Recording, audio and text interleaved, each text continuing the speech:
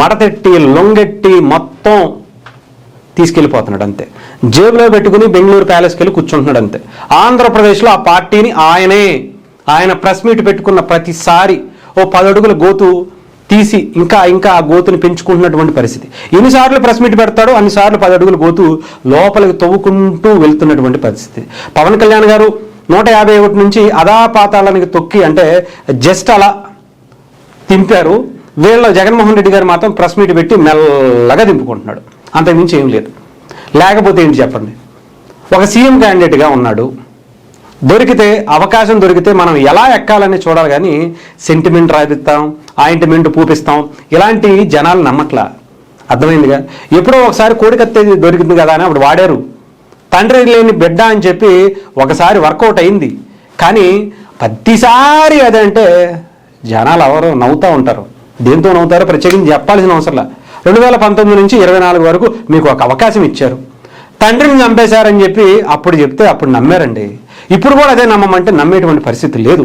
ఎందుకంటే ఆ 5 ఏళ్లలో మీరేం చేశారు చెప్పండి. తండ్రిని చంపేశారని చెప్పి రిలయన్స్ వాళ్ళ మీద నిందలేశారు. వాళ్ళ షాపుల్ని వాళ్ళ షోరూముల్ని దండయాత్ర చేసి దాడులు చేపించారు. ఆ తర్వాత 2019లో మీకు అధికారం ఇచ్చిన తర్వాత అదే రిలయన్స్ వాళ్ళకి తీసుకెళ్ళి రాజ్యసభ కూర్చోబెట్టుకున్నారు. ఏమైంది? ఏమన్నా అయిందా?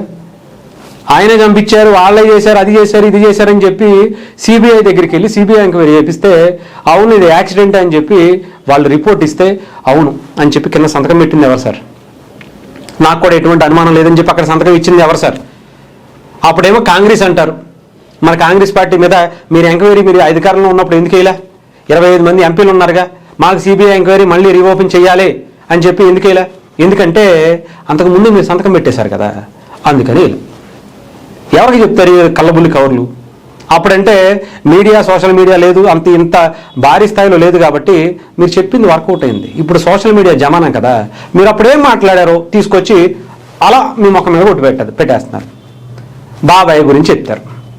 బాబాయ్ గురించి ఆయన చంపేశాడు, ఆయన దస్తగిరి అనేటువంటి వ్యక్తి రోడ్ల మీద హ్యాపీగా తిరుగుతున్నాడు. మరి మీరేం చేశారు? చంద్రబాబు నాయుడు గారి హయాంలో ఆయన చంపేశాడు, నారాసుర రక్తం అని చెప్పేసి ఏదో చెప్పారు. ఆయన చేతులు కత్తి పెట్టి చంద్రబాబు నాయుడు గారికి. 5 ఏళ్ళు మీరు ఉన్నారు కదా, మీరేం పీకారు?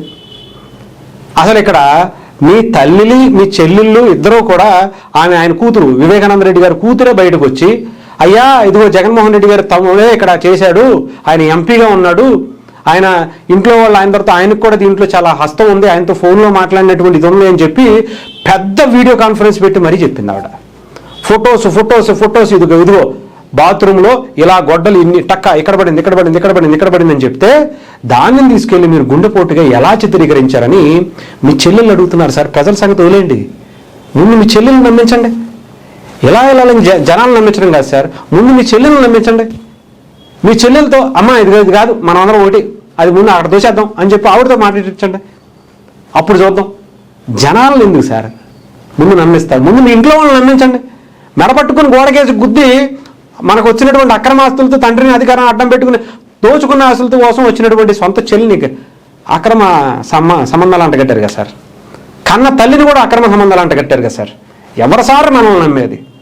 అధికారంలో ఉన్నప్పుడు మనకి చేత కాలేదు అన్నట్టుగా నాకు చేత కాలేదండి, 5 ఏళ్ళు నేను ఏదో ఉద్ధరిస్తానని చెప్పి రాష్ట్రాన్ని అనుకున్నా కానీ నా కుటుంబాన్ని కూడా నేను ఉద్ధరించుకోవాలా, నా కుటుంబానికి కూడా నేను న్యాయం చేయలే, నా తండ్రి చావుకు కూడా నేను న్యాయం చేయలేకపోయా, నా బాబాయ్ చావుకు కూడా నేను న్యాయం చేయలేకపోయా, నా కత్తిపోటు ఏంటిది కోడి కత్తికి కూడా నేను న్యాయం చేయలే, నా గులకరాయికి కూడా నేను న్యాయం చేయలే అని చెప్పండి.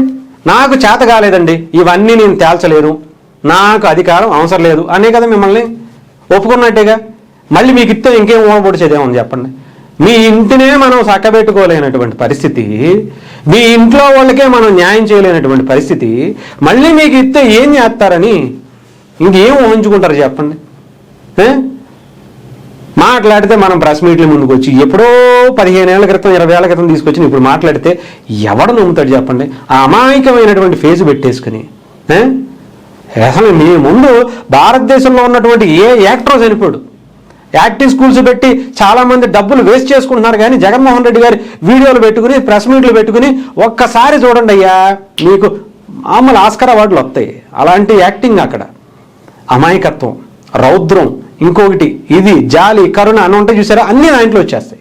అలాంటి పర్ఫార్మెన్స్ ఇచ్చాడు ఆయన. దానిని చూసి నేర్చుకోవాలి తప్ప అందుకు పనికొస్తారు సార్. జనాల్ని ఇంకా అయిపోయింది.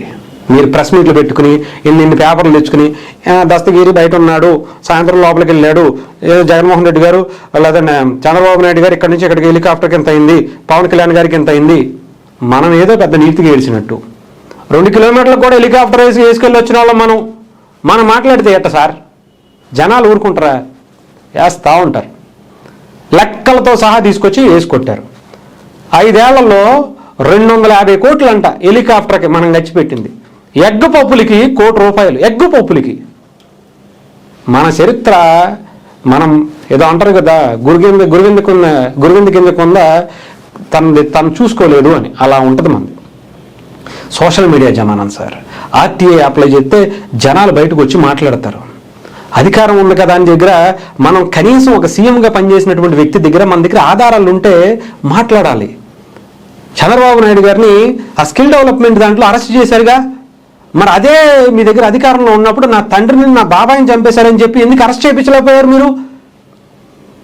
సిబిఐ ఉంది, ఈడీ ఉంది, ఇంకొకటి ఉంది, అన్ని తీసుకొచ్చి మీరు వేసుకుని చంద్రబాబు నాయుడు గారిని మీ బాబాయ్ కేసులోనే మీ తండ్రి కేసులోనే ఎందుకు అరెస్ట్ చేయించలేకపోయారు? ఆయన హస్తం ఉండుంటే.